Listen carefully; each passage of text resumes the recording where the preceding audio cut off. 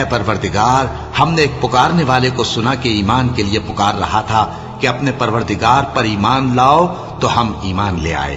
سو اے پروردگار، ہمارے گناہ معاف فرما اور ہماری برائیوں کو ہم سے دور کر دے، اور ہم کو دنیا سے نیک بندوں کے ساتھ اٹھائیو۔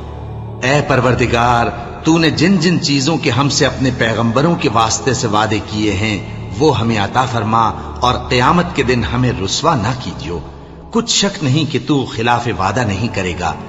تو ان کے پروردگار نے ان کی دعا قبول کر لی اور فرمایا کہ میں کسی عمل کرنے والے کے عمل کو مرد ہو یا عورت ضائع نہیں کرتا۔ تم ایک دوسرے کے ہم جنس ہو، تو جو لوگ میرے لیے وطن چھوڑ گئے اور اپنے گھروں سے نکالے گئے اور ستائے گئے اور لڑے اور قتل کیے گئے، میں ان کے گناہ دور کر دوں گا اور ان کو بہشتوں میں داخل کروں گا جن کے نیچے نہریں بہہ رہی ہیں۔ یہ اللہ کے ہاں سے بدلہ ہے اور اللہ کے ہاں اچھا بدلہ ہے۔ اے پیغمبر، کافروں کا شہروں میں ٹھاٹھ سے گھومنا تمہیں دھوکہ نہ دے۔ یہ دنیا کا تھوڑا سا فائدہ ہے، پھر آخرت میں تو ان کا ٹھکانہ دوزخ ہے اور وہ بری جگہ ہے۔ لیکن جو لوگ اپنے پروردگار سے ڈرتے رہے ان کے لیے باغ ہیں جن کے نیچے نہریں بہہ رہی ہیں، اور وہ ان میں ہمیشہ رہیں گے۔ یہ اللہ کے ہاں سے ان کی مہمانی ہے، اور جو کچھ اللہ کے ہاں ہے وہ نیکوکاروں کے لیے بہت اچھا ہے۔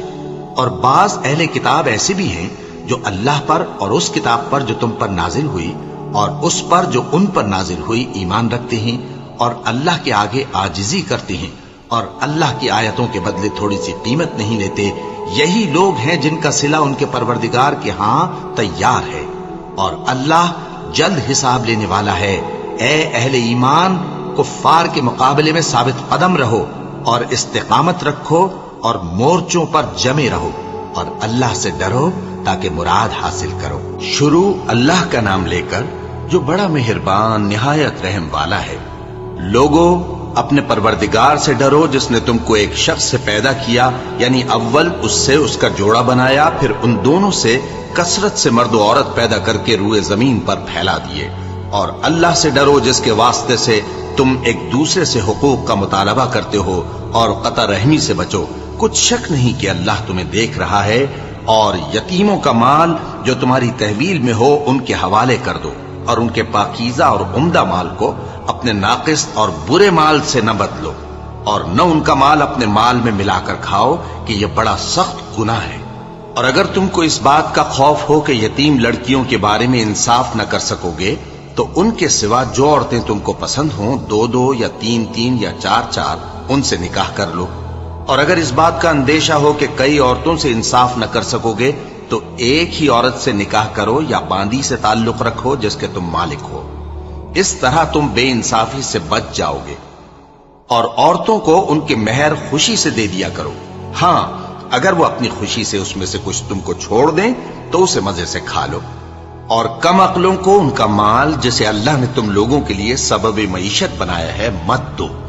ہاں، اس میں سے ان کو کھلاتے اور پہناتے رہو، اور ان سے معقول بات کہتے رہو۔ اور یتیموں کو بالغ ہونے تک کام کاج میں مصروف رکھو اور جانچتے رہو۔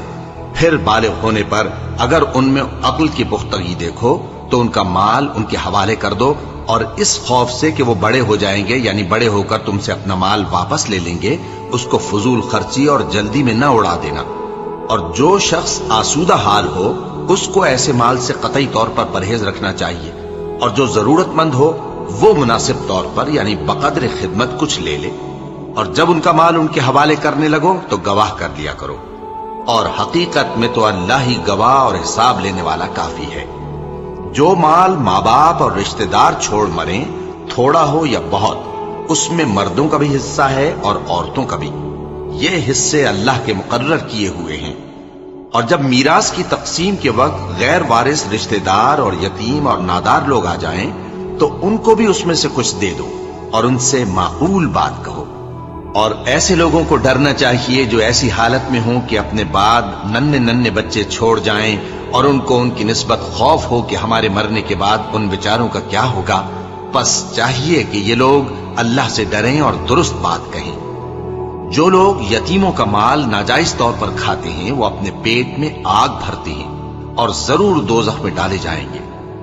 اللہ تمہاری اولاد کے بارے میں تم کو ارشاد فرماتا ہے کہ ایک لڑکے کا حصہ 2 لڑکیوں کے حصے کے برابر ہے، اور اگر اولاد میت صرف لڑکیاں ہی ہوں یعنی 2 یا 2 سے زیادہ تو کل ترکے میں ان کا 2/3 ہے، اور اگر صرف ایک لڑکی ہو تو اس کا نصف ہے، اور میت کے ماں باپ کا یعنی دونوں میں سے ہر ایک کا ترکے میں 6واں حصہ ہے، بشرطے کہ میت کی اولاد ہو، اور اگر اولاد نہ ہو اور صرف ماں باپ ہی اس کے وارث ہوں تو 1/3 ماں کا حصہ ہے، اور اگر میت کے بھائی بھی ہوں تو ماں کا 6واں حصہ ہوگا۔ اور یہ تقسیم ترکہ میت کی وصیت کی تعمیل کے بعد جو اس نے کی ہو یا قرض کے ادا ہونے کے بعد جو اس کے ذمے ہو عمل میں آئے گی۔ تم کو معلوم نہیں کہ تمہارے باپ دادوں اور بیٹوں اور پوتوں میں سے فائدے کے لحاظ سے کون تم سے زیادہ قریب ہے۔ یہ حصے اللہ کے مقرر کیے ہوئے ہیں، اور اللہ سب کچھ جاننے والا ہے، حکمت والا ہے۔ اور جو مال تمہاری بیویاں چھوڑ مریں اگر ان کی اولاد نہ ہو تو اس میں سے نصف تمہارا ہے، پھر اگر ان کی اولاد ہو تو ترکے میں تمہارا حصہ 1/4 ہے، لیکن یہ تقسیم وصیت کی تعمیل کے بعد جو انہوں نے کی ہو یا قرض کے ادا ہونے کے بعد جو ان کے ذمے ہو کی جائے گی۔ اور جو مال تم مرد چھوڑ مرو اگر تمہاری اولاد نہ ہو تو تمہاری بیویوں کا اس میں 1/4 حصہ ہے، پھر اگر تمہاری اولاد ہو تو ان کا 8واں حصہ ہے۔ یہ حصے تمہاری وصیت کی تعمیل کے بعد جو تم نے کی ہو اور ادائے قرض کے بعد تقسیم کیے جائیں گے۔ اور اگر ایسے مرد یا عورت کی میراث ہو جس کے نہ باپ ہو نہ بیٹا مگر اس کے بھائی یا بہن ہو تو ان میں سے ہر ایک کا 6واں حصہ ہے، اور اگر ایک سے زیادہ ہوں تو سب 1/3 میں شریک ہوں گے۔ یہ حصے بھی بعد ادائے وصیت و قرض بشرطے کہ ان سے میت نے کسی کا نقصان نہ کیا ہو تقسیم کیے جائیں گے۔ یہ اللہ کا فرمان ہے، اور اللہ نہایت علم والا ہے، بردبار ہے۔ یہ تمام احکام اللہ کی حدیں ہیں، اور جو شخص اللہ اور اس کے پیغمبر کی فرما برداری کرے گا اللہ اس کو بہشتوں میں داخل کرے گا جن میں نہریں بہ رہی ہیں، وہ ان میں ہمیشہ رہیں گے، اور یہ بڑی کامیابی ہے۔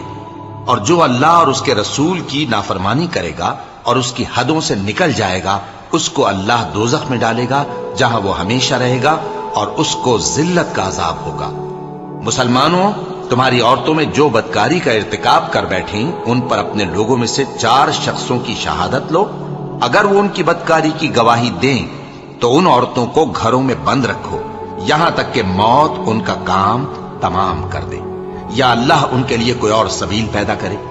اور جو 2 مرد تم میں سے بدکاری کریں تو ان کو ایذا دو، پھر اگر وہ توبہ کر لیں اور نیکوکار ہو جائیں تو ان کا پیچھا چھوڑ دو۔ بے شک اللہ توبہ قبول کرنے والا ہے، مہربان ہے۔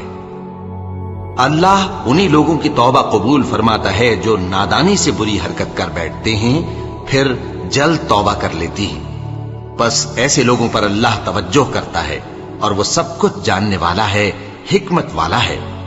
اور ایسے لوگوں کی توبہ قبول نہیں ہوتی جو ساری عمر برے کام کرتے رہیں یہاں تک کہ جب ان میں سے کسی کی موت آ موجود ہو تو اس وقت کہنے لگے کہ اب میں توبہ کرتا ہوں۔ اور نہ ان کی توبہ قبول ہوتی ہے جو کفر کی حالت میں مریں۔ ایسے لوگوں کے لیے ہم نے دردناک عذاب تیار کر رکھا ہے۔ مومنوں، تم کو جائز نہیں کہ زبردستی عورتوں کے وارث بن جاؤ، اور دیکھنا اس نیت سے کہ جو کچھ تم نے ان کو دیا ہے اس میں سے کچھ لے لو، انہیں گھروں میں مت روک رکھنا۔ ہاں، اگر وہ کھلے طور پر بدکاری کی مرتکب ہوں تو اور بات ہے، اور ان کے ساتھ اچھی طرح سے رہو سہو۔ پھر اگر وہ تم کو ناپسند ہوں تو عجب نہیں کہ تم کسی چیز کو ناپسند کرو